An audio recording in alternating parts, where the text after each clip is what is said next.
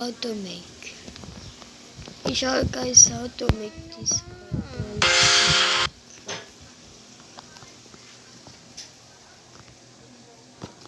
So first this.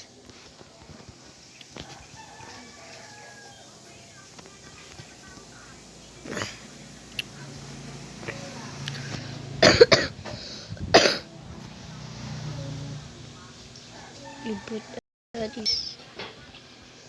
I don't know what you want, but you need this.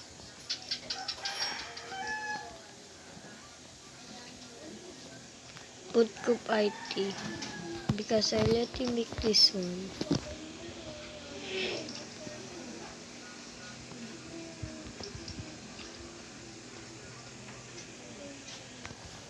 So let's color them.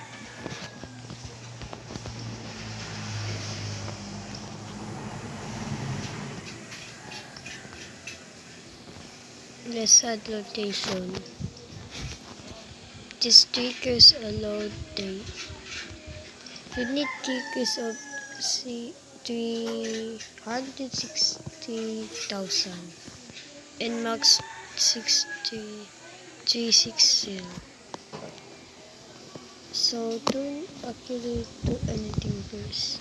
So put the group ID of the what target is this. And put the center of group ID to the next. Make the move time infinite. Easy 100. Whatever you want your offset. So this is my opinion. Next, whatever you want, but you can put this. Put the center ID. Now, let's try if this is a clear color.